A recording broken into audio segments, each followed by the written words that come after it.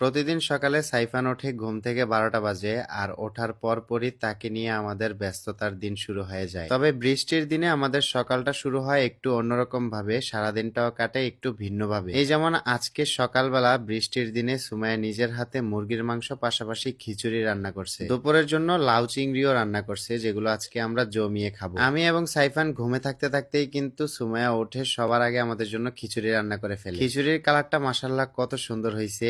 এরকম খিচুড়ি দেখলে কিন্তু মুখের রুচি এমনিই বেড়ে যায়। এই লাউ চিংড়িটা বিশেষ করে আমার খুব পছন্দের, তাই রান্না করা। সাইফান বাবা ঘুম থেকে উঠেই সর্বপ্রথম চলে আসে বেসিনে। আসার পর সে তার নিজের দাঁতগুলো ব্রাশ করে। প্রতিদিনই সে নিজের হাতে করে, কিন্তু আজকে তাকে তার আম্মু সুন্দরভাবে দাঁতগুলো ব্রাশ করে দিচ্ছে। সেও আমাদের লক্ষ্মী ছেলে, তাকে যেভাবে বলি সেভাবেই আমাদের কথা শোনে। এই বয়সে আমরা খুবই চঞ্চল ছিলাম, কিন্তু সে খুবই শান্ত। তবে খেলাধুলা নিয়ে সে সারাক্ষণই বিজি থাকে। তার খেলার সঙ্গী বলতে গেলে এক প্রকার আমি এবং তার মা। গতকালকে বিমান উড়াতে গিয়ে বিমানের পাখা লেগে তার গালটাও কেটে গেছে। এটা দেখে আমি খুবই কষ্ট পাইছি এবং আমার খুবই খারাপ লাগছে। অন্য বাচ্চা হলে কান্নাকাটি করে একাকার করে ফেলতো, কিন্তু সে উল্টো আমাকে সান্ত্বনা দিয়ে বলে যে বাবা কিছু হয়নি। ঠিক একইভাবে আমার সাহসী ছেলে যখন হামের টিকা দিতে গেছে তখনও সে বলতেছে যে আমার কিছু হয়নি। অন্যরা কান্নাকাটি করে আরো সে উল্টো সাহস দেয়। তবে এই জিনিসটা ভালো, অল্পতে সে ভেঙে পড়ে না। সবার প্রথম তাকে খিচুড়ি দিয়ে তার মা বসিয়ে দেয় এন্ড খাবার জন্য অনেক রিকোয়েস্ট করে। খিচুড়ি তো তার খুব পছন্দ, কিন্তু আজকে সে কেন খাচ্ছে না বুঝতে পারতেছিলাম না। পরে বুঝতে পারলাম যে খিচুড়িতে একটু ঝাল বেশি হয়ে গেছে, তাই সে খেতে চাচ্ছে না। এমন অবস্থায় কি করা যায় বলেন তো?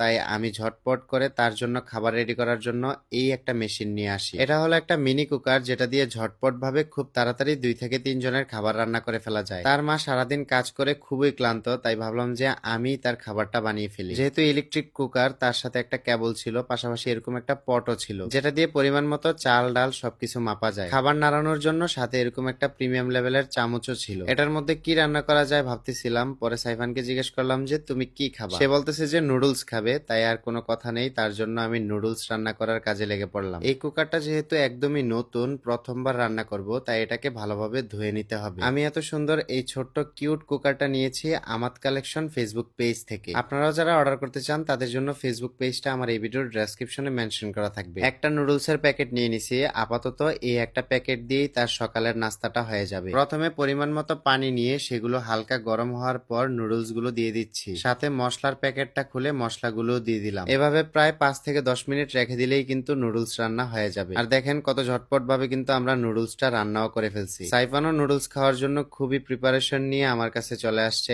এন্ড তার খাবারটা তার হাতে দিয়ে দিলাম। কি খাবে সেটা ভেবে এতক্ষণ তার মনটা খুবই খারাপ ছিল, কিন্তু যখনই তাকে নুডলস রান্না করে দিলাম তখনই সে খুশি হয়ে যায়। আজকের ভিডিওটা